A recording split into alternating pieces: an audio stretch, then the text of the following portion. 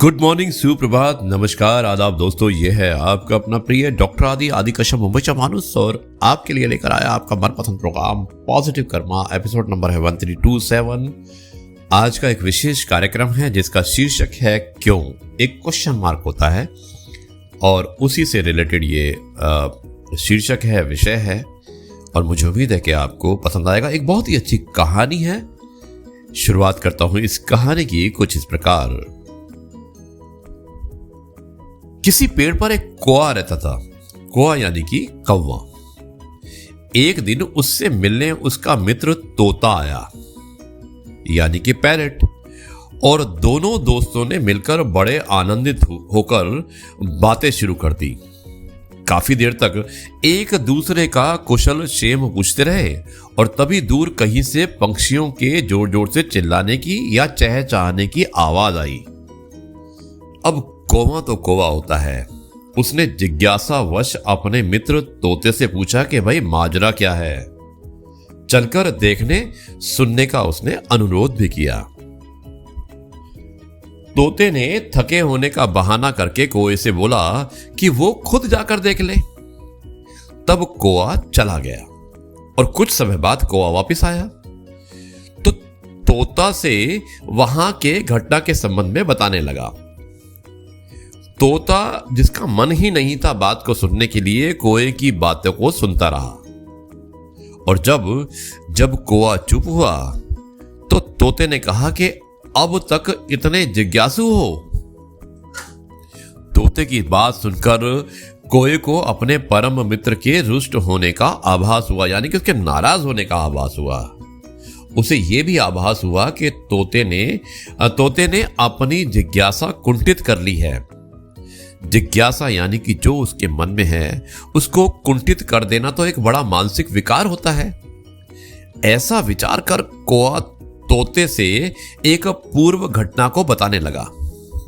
उसने कहा कि एक बार अपने गुरुजी के साथ मैं एक पौराणिक महत्व के स्थान देखने गया था। हमने उस जगह के बारे में बहुत कुछ सुन रखा था, लेकिन वहां जाकर हमें केवल जीर्ण शीर्ण किले का खंडहर ही दिखाई दिया और मेरे गुरुजी ने जिज्ञासावश उस खंडहर का निरीक्षण करने लगे। वैसा करते करते शाम हो गई और हम रात बिताने के लिए वहीं एक पेड़ पर रुक गए, यानी कि ठहर गए।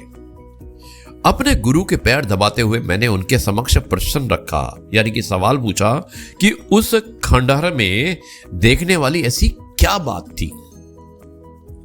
अब गुरुजी ने समझाया कि ये एक पौराणिक खंडहर है।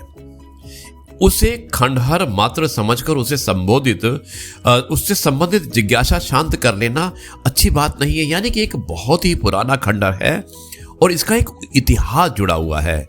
तो अगर हम सोचते हैं कि पुराना खंडहर है और हम चुपचाप हो जाते हैं तो वो सही बात नहीं है। जिज्ञासा यानी कि हमारे मन में जो भावना होती है जीव मात्र का प्राकृतिक गुण है। ईश्वर जीव मात्र में इसे जन्म के साथ प्रदान करता है। सोचो कि कोई अबोध बच्चा भी आसपास की चीजों का निरीक्षण क्यों करने लगता है।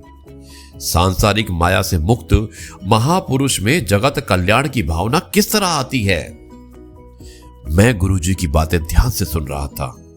थोड़ा ठहर कर गुरुजी पुनः समझाने लगे कि जीव मात्र स्वयं जब आवश्यकता अथवा दुख का अनुभव करते हैं तब इच्छा पूर्ति अथवा उस कष्ट से मुक्ति हेतु उसमें मानसिक ऊर्जा अर्थात भाव जगता है, अथवा वो भाव जगता है कि चिर सुख किस तरह से प्राप्त किया जाए, यानी कि हमें किस तरह से सुख की प्राप्ति हो।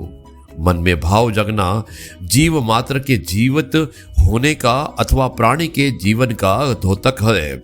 इसी तरह किसी समस्या के कारण समझने के लिए और उसके निवारण जानने हेतु किसी जीवित प्राणी में स्वभावत भाव जगना अथवा मानसिक ऊर्जा सक्रिय होने भी जिज्ञासा होती है, यानी कि आपके अंदर एक क्यूरियोसिटी होती है। और जो क्यूरियोसिटी होती है, जो जिज्ञासा होती है, उसके जगने से उस बात का प्रतीक होता है कि जीव मात्र सक्रिय और बदलाव एवं विकास के लिए स्वयं को उद्यमशील है। जिस तरह आवश्यकता आविष्कार की जननी है, उसी तरह जिज्ञासा समाधान की। इसलिए जिज्ञासा का जीवन में अत्यंत महत्व है, क्योंकि जिज्ञासा ही मूलतः सभी उन्नति और प्रगति के सूक्ष्म बीज हैं। उसे कभी दबाना या कुंठित नहीं करना चाहिए। गुरु जी द्वारा इस प्रकार समझाने से मेरी सारी अज्ञानता दूर हो गई। दोस्तों, ये थी आज की कहानी और मुझे उम्मीद है कि आपको कहानी अवश्य पसंद आई होगी।